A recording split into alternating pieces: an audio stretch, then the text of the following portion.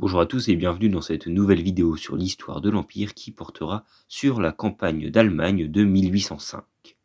Dans cette vidéo, nous aborderons les grandes batailles qui ont constitué cette campagne, notamment la bataille d'Ulm et la bataille d'Austerlitz. Aussi, nous verrons les conséquences politiques, géopolitiques et économiques que ces victoires auront sur l'Europe au début de cette année 1806.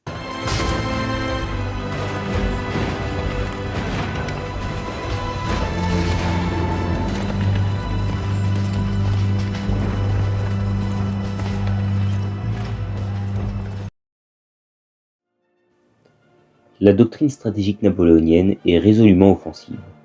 Elle est fondée sur la vitesse de déplacement. Napoléon pousse ses hommes aux limites de leur force par des marches rapides pour surprendre l'ennemi. La campagne de 1805 en est un bel exemple. L'armée partie de Boulogne traverse la France, bat une première armée autrichienne à Ulm, occupe Vienne, puis écrase une armée austro-russe à Austerlitz. Le maître mot de la stratégie napoléonienne est la faculté d'adaptation. Lorsque Napoléon dispose d'une supériorité totale sur la zone d'opération, il a recours aux manœuvres sur les arrières, enveloppant l'ennemi pour couper ses lignes de communication et l'écraser en un engagement décisif, comme à Ulm, à Jena ou à Friedland. Lorsqu'il ne dispose pas de cet avantage, il tente de diviser la ligne ennemie et d'adopter une position centrale d'où il manœuvre pour battre chaque corps séparément, comme à Montenotte. En revanche, lorsqu'il est en position de faiblesse, il adopte une position d'attente, en espérant une division due au terrain ou une faute du général adverse. Il concentre alors son attaque sur le point faible du front, comme à Mantoue et Vienne.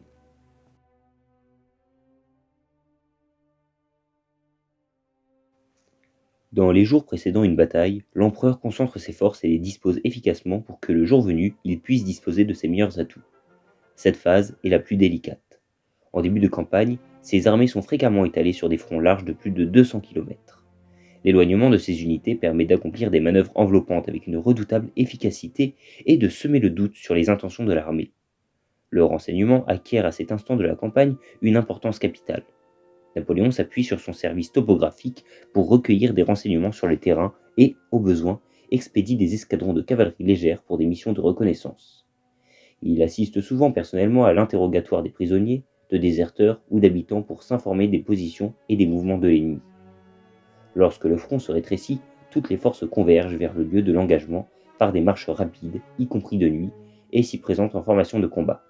L'armée impériale, rassemblée selon les mots de Napoléon comme un bataillon dans la main d'un bon major, peut alors passer à l'attaque contre des lignes adverses souvent incomplètes et échelonnées sur des kilomètres de profondeur.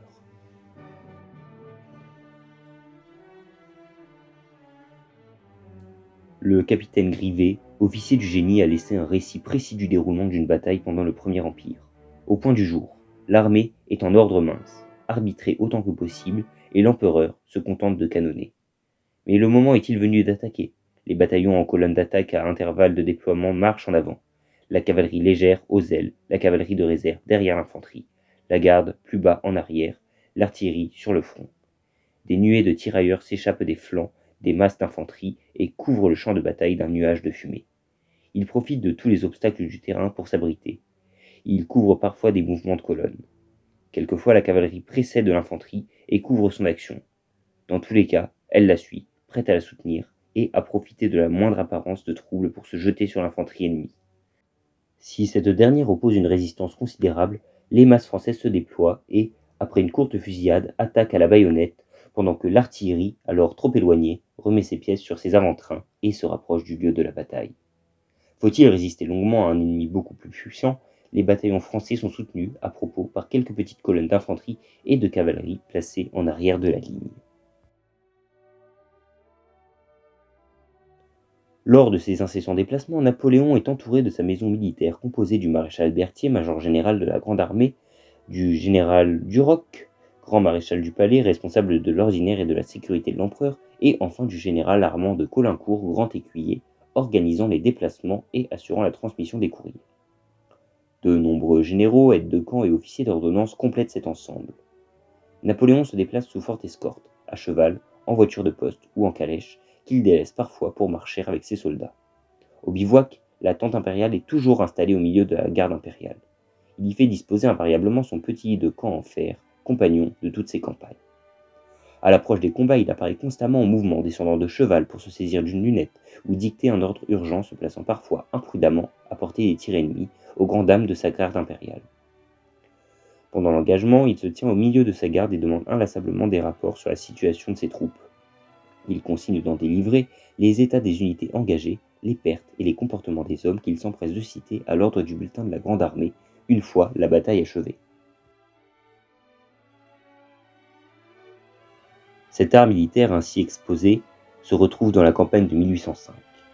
Le 2 décembre 1804, Napoléon se sacre lui-même empereur des Français à Notre-Dame, Paris. La Révolution française est terminée et l'histoire de l'Empire peut commencer. Si les premières années du XIXe siècle ont vu la dislocation des coalitions des puissances d'Ancien Régime contre la France, ces dernières demeurent prêtes à intervenir, ne reconnaissant aucune légitimité à celui qu'elles tiennent pour un usurpateur. Napoléon a déployé son armée au camp de Boulogne, car il a le projet de débarquer en Angleterre. Les troupes y passent leur journée à parfaire leur entraînement, et les grandes manœuvres permettent à chacun de se familiariser avec les nouvelles formations. En mai 1803, l'Angleterre, acharnée à la perte de la France, dénonça le traité d'Amiens qu'elle avait signé l'année précédente. Aussi, Napoléon décida-t-il de monter contre elle des préparatifs d'invasion. Pour ce faire, il rassembla à Boulogne-sur-Mer les troupes nécessaires à son dessein. Mais la formation d'une nouvelle coalition réunissant Russes, Autrichiens, Russes et Suédois et Anglais contraignit l'empereur à modifier ses projets. À marche forcée, faisant preuve d'une extraordinaire endurance, la Grande Armée se dirigea vers le Rhin, qu'elle franchit en septembre 1805, et fondit sur les armées russes et autrichiennes. Malgré un beau succès contre les Autrichiens à Ulm, Napoléon se trouvait en position difficile, loin de ses bases, ulcéré par la défaite de sa flotte à Trafalgar, redoutant une entrée en guerre de la Prusse. Pour toutes ces raisons, il lui fallait affronter l'ennemi, même s'il se trouvait dans un état d'infériorité numérique. Le terrain où il comptait livrer la bataille, il le choisit lui-même et manœuvra afin d'y provoquer l'attaque des Austro-Russes.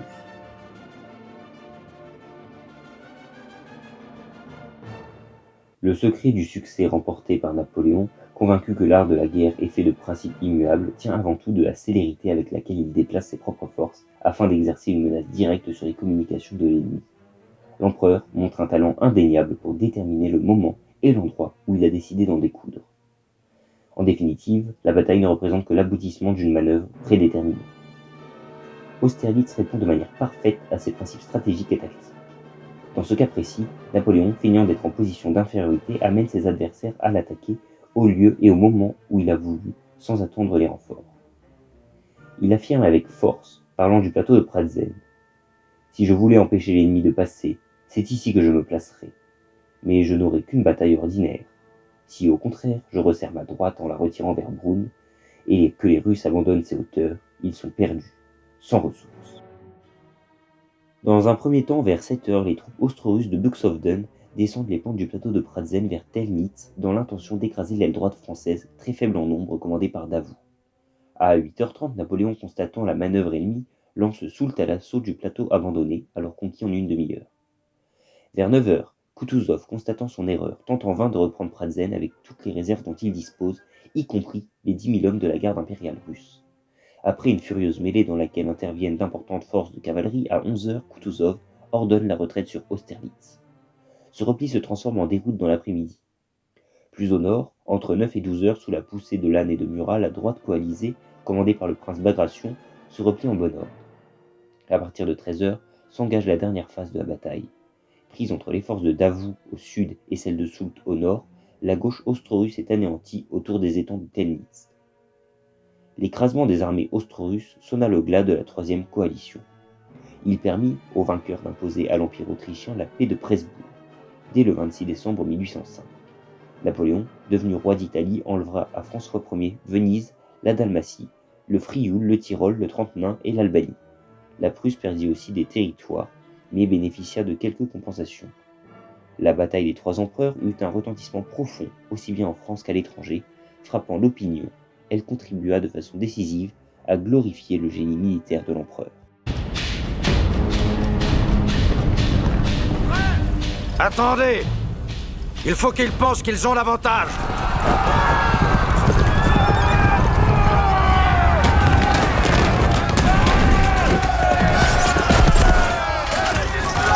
Envoyez l'infanterie sur l'ennemi, qu'elle se déploie!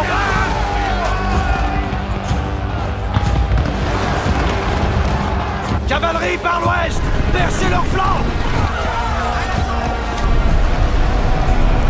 Battez en retraite! Battez en retraite!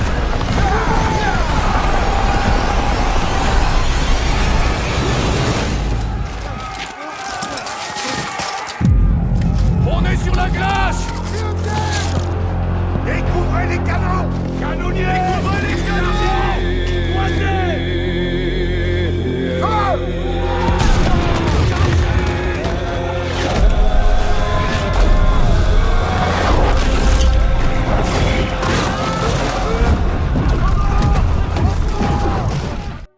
Cette campagne va avoir plusieurs conséquences majeures.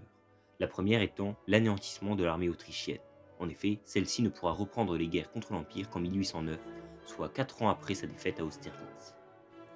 Une autre conséquence est l'affirmation de la puissance française. En effet, les armées françaises se sont illustrées à Austerlitz et à Ulm et ont montré leur supériorité sur les armées de la coalition.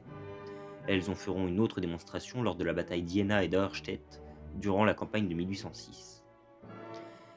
La campagne de 1806 et de 1807, qui suivront celle de 1805, vont également mettre en place le blocus continental, qui sera une mesure économique visant à sanctionner le commerce britannique en Europe. Une autre conséquence majeure de la campagne de 1805 est la dissolution du Saint-Empire romain germanique et la création de la Confédération du Rhin, qui deviendra un pôle économique important en Europe.